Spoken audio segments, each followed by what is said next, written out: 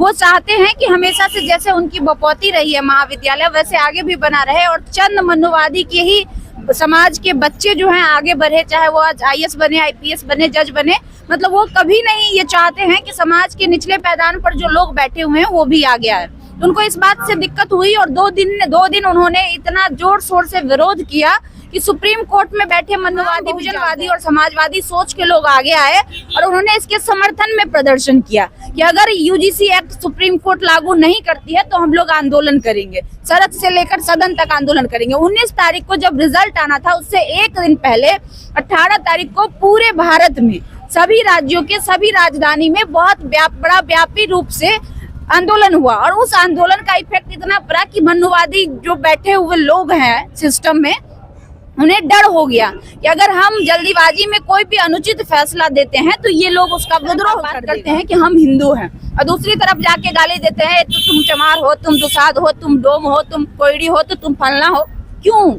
ये जाति सब हिंदू में नहीं आते हैं? वही नहीं आते हैं। क्यों करते हो? अगर कोई यादव पंडित बन जाता है तो तुम उसकी चोटी काट देते हो, अगर दलित कोई पंडित बन जाता है तो तुम उसको गले में चप्पल जूता पहना देते हो। उत्तर प्रदेश में भी हुआ, अखिलेश यादव या मुलायम सिंह यादव जब गए थे तो मंदिर धोया गया था। वो भी छोड़ दीजिए, राष्ट्रपति साहिबा उनको राम मंदिर के उद्घाटन में नहीं बुलाया गया। तो आप समझिए ना, ये है चीजें और इससे हम और आप डिनाई नहीं कर सकते। मानसिकता बदलने वाली नहीं है, बदलेगी जब UGC जैसे एक्ट आएंगे और कॉलेजियम जैसा UGC लाना सुप्रीम कोर्ट के लिए एक बहुत अच्छी पहल थी, लेकिन जैसे ही UGC आया तमाम मनुवादी वर्ग के लोगों के अंदर चुल मच गई, क्योंकि वो नहीं चाहते हैं कि हमारे समाज में छात्रों के बीच यूनिवर्सिटी में, महाविद्यालयों में समानता आए।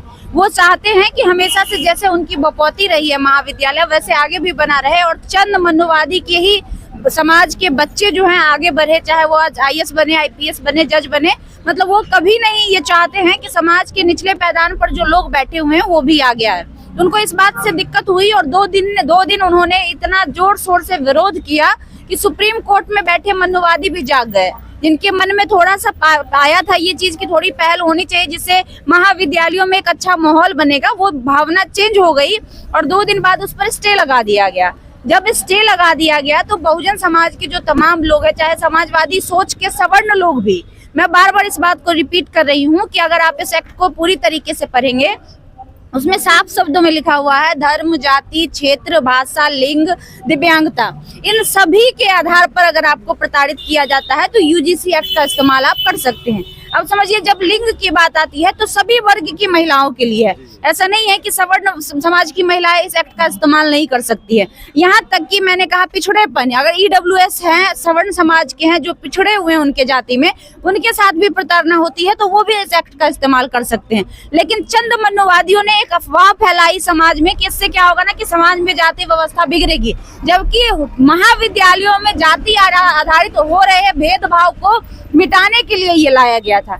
लेकिन उन लोगों ने इसे उल्टा रिप्रेजेंट किया और स्टेज जब लगवा दिया तो तमाम बहुजनवादी और समाजवादी सोच के लोग आगे आए और उन्होंने इसके समर्थन में प्रदर्शन किया कि अगर UGC एक्ट सुप्रीम कोर्ट लागू नहीं करती है तो हम लोग आंदोलन करेंगे, सड़क से लेकर सदन तक आंदोलन करेंगे। 19 तारीख को जब रिजल्ट आना था उससे एक दिन पहले 18 तारीख को पूरे भारत में सभी राज्यों के सभी राजधानी में बहुत बड़ा व्यापी रूप से आंदोलन हुआ और उस आंदोलन का इफेक्ट इतना पड़ा कि मनुवादी जो बैठे हुए लोग हैं सिस्टम में उन्हें डर हो गया कि अगर हम जल्दीबाजी में कोई भी अनुचित फैसला देते हैं तो ये लोग उसका विद्रोह कर देगा, क्योंकि जनता तो जागरूक हो चुकी है। अब आप उसको बरगला नहीं सकते हैं और जनता समझ रही है कि UGC के क्या फायदे और क्या नुकसान है, अच्छे से समझ रही है। तो इस वजह से फिर से एक साजिश रची जा रही है कि किस तरह से इस बात को दबाया जाए और 2-4 दिन 23 तारीख का फिर से डेट दे दिया गया।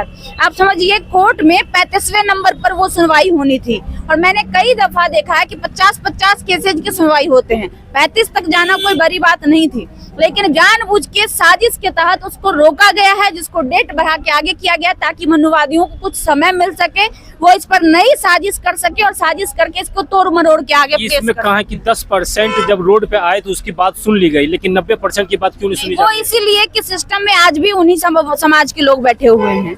सिस्टम में आज भी अगर आप जब जाइएगा, आप उठा लीजिए ना सुप्रीम कोर्ट का हिस्ट्री, आजादी से लेकर अभी तक का डाटा कहता है महज 3 से 5% SC ST और OBC जज बन पाए हैं। क्यों बन पाए हैं, कभी सोचा है किसी ने?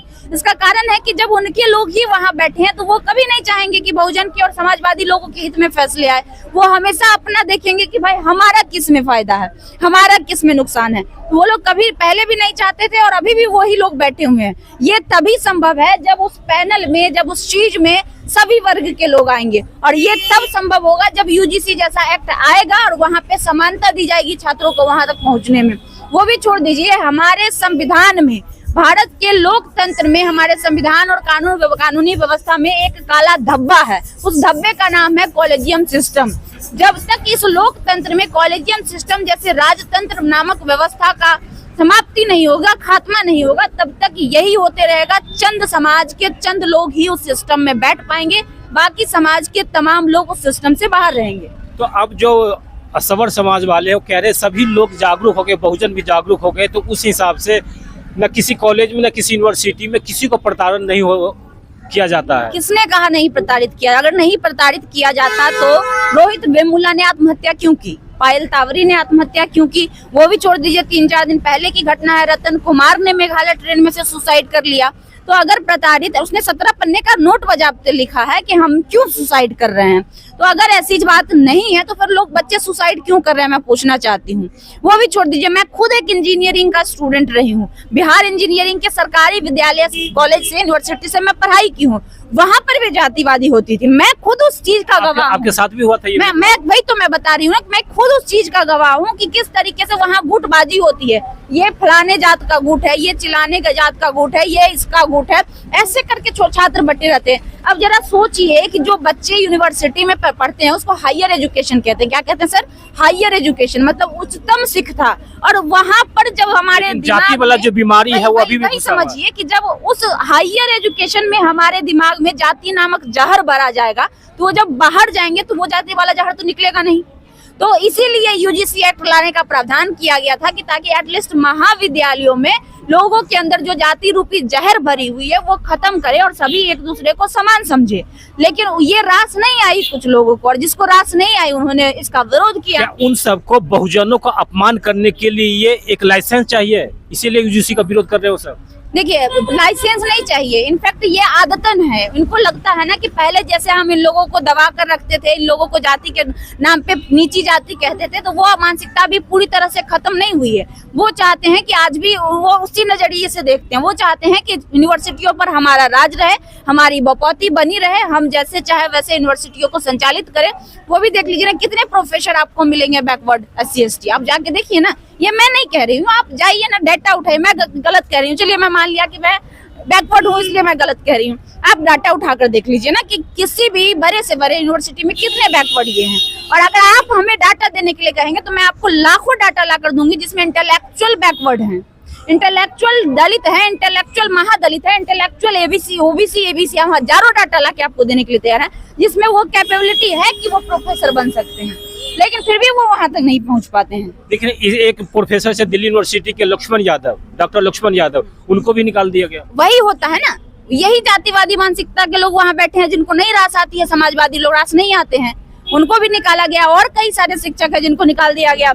नेहा सिंह राठौर के जो पति थे वो पढ़ाते थे दृष्टि IAS में। जब नेहा सिंह राठौर पिछले बार विवाद में वायरल हुई तो उनके पति को कोचिंग से निकाल दिया गया। अब एक बात बताइए कि अगर कोई भी लोग सरकार से सवाल करता है, किसी की पत्नी, किसी की बेटी, और उसका बाप, उसका पति कहीं पर काम कर रहा होता और उसमें वो क्वालिटी योग्यता होती है, फिर भी आप महज उसको इसलिए निकाल देते हैं क्योंकि उसका विचारधारा आपसे मैच नहीं करता है। तो हमारे समाज में आज भी है, सोच है इस तरह के, तभी तो आप उसको निकाले, वरना निकालने की क्या आवश्यकता थी आपको? वो तो बहुजन समाज से भी नहीं आते हैं। उससे बहस नहीं है, बहस है कि आप बहुजन समाज से हो या बहुजन समाज के प्रति आपका सेंटिमेंट हो। आप अगर उनको, आप सवर्ण, मैंने क्या कहा कि सिर्फ बहुजन समाज रोड पर नहीं, बहुजन समाज के साथ समाजवादी सोच के सवर्ण समाज भी इस एक्ट का समर्थन कर रहे हैं। देखिए, बहुत सारे लोग चुप हैं, और चुप्पी का मतलब क्या होता है?